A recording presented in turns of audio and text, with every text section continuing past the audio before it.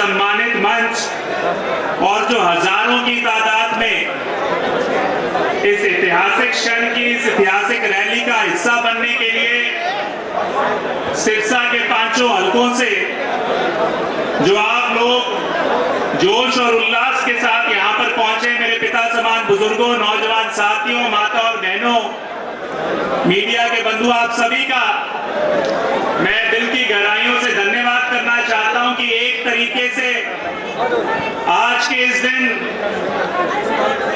जो बदलाव है, राजनीतिक बदलाव की भी इस मंच से आपने एक शुरुआत की है। एक तरीके से सिरसा की इस धरती से आपने चुनाव का बिगुल भी बजाने का काम किया है और एक तरीके से ये संदेश दिया है कि आने वाला समय कांग्रेस पार्टी का है और आने वाले समय में फिर से चौधरी भूपेंद्र सिंह हुड्डा जी उसी ताकत से किसान वर्ग, मजदूर वर्ग, आम आदमी की सरकार बनाने का काम करेंगे। तो मैं आपका सभी का दिल की गहराइयों से धन्यवाद करता हूं। साथ में जो 750 किसान जिन्होंने शहादत दी दिल्ली में, जो दिल्ली तो गए आपके हितों की लड़ाई लड़ने के लिए मगर अपने घर वापस नहीं लौट पाए, उनमें से बहुत से बुजुर्ग थे, नौजवान साथी थे, किसी माता का बेटा था, किसी का भाई था, उनको भी इस मंच के माध्यम से आज हमारे सभी नेतागण उनको श्रद्धांजलि देने का काम कर रहे हैं, उनको नमन करने का काम कर रहे हैं। जो मुद्दे थे आपको ये समझने की आवश्यकता है, जिन मुद्दों के लिए उन्होंने लड़ाई लड़ी, आज भी मोदी सरकार ने, भाजपा सरकार ने, यहाँ की भाजपा जसपा सरकार ने उनको ठंडे बस्ते में डाला हुआ है, उनको रद्द नहीं किया।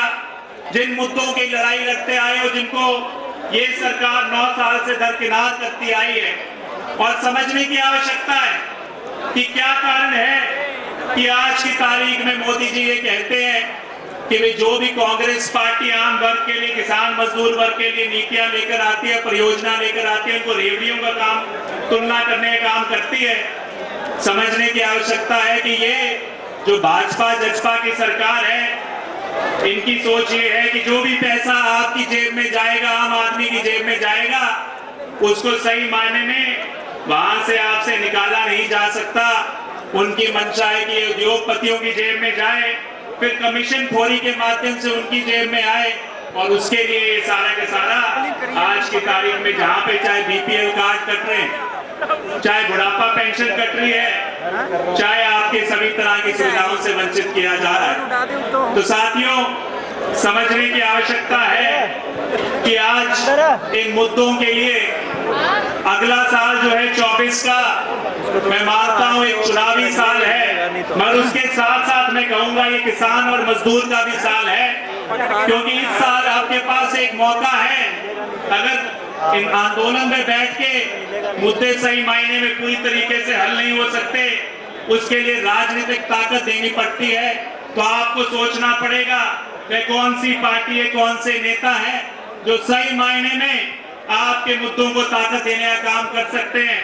आपको तुलना करनी पड़ेगी इसके लिए कि जो 2005 और 14 की सरकार थी चौधरी भूपेंद्र सिंह हुड्डा जी की, उसके बनाम जो 14 से लेकर 23 की सरकार है, जहां चौधरी भूपेंद्र सिंह हुड्डा जी के राज में इस जिले में 16-16 दिन तक नहरें चला करती थी। आज के क्या हालात है आप भली भांति जानते हो। जहां उनके राज में 1 से 6 महीने में ट्यूबवेल के कनेक्शन मिल जाया करते थे, आज के हालात आपके सामने हैं। अभी तक 2018 के ट्यूबवेल कनेक्शन इस सरकार ने देने का काम नहीं किया। माली हालत किसान मजदूर की उस समय बेहतर थी, मजदूरों को मनरेगा का काम मिलता था। आज के हालात आपके सामने हैं। जब मुआवजे की बात कर लो, ये सरकार बड़ी बड़ी बातें तो जरूर करती है, मगर अभी तक 2020 का मुआवजा बकाया है। तो समझने की आवश्यकता है साथियों कि आज इस सरकार ये ताकत तो आपसे लेने का काम करती है, मगर सही मायने में उस ताकत का जो है प्रयोग करके बड़े उद्योगपतियों के घरों में भरने का काम करती है। और वहीं पर कांग्रेस पार्टी ताकत भी आपसे लेती है और काम भी उस ताकत को वापस आपको लुटाने का काम भी करती है। वही तुलना आपको फिर करनी पड़ेगी कि 2009-5 से लेकर 14 का राज एक लौता ऐसा राज था चौधरी भूपेंद्र सिंह हुड्डा जी का, जहां पर कोई भी आंदोलन किसानों का नहीं हुआ, उससे पहले भी लोकदल के राज में किसानों पे गोलियां चलाई गई। इसके बाद भी आज का जो राज है, किसानों पे लाठियां बांधी गई, गोलियां चलाई गई, किसान शहीद हुए। कारण क्या था कि एक ऐसा संवेदनशील नेता थे चौधरी भूपेंद्र सिंह हुड्डा जी के रूप में, जो हर वर्ग की बात को सुनने का काम किया करते थे और उनकी बात को सुन के उसके लिए न्याय संगत फैसला किया करते थे। तो ये फर्क है उस राज का।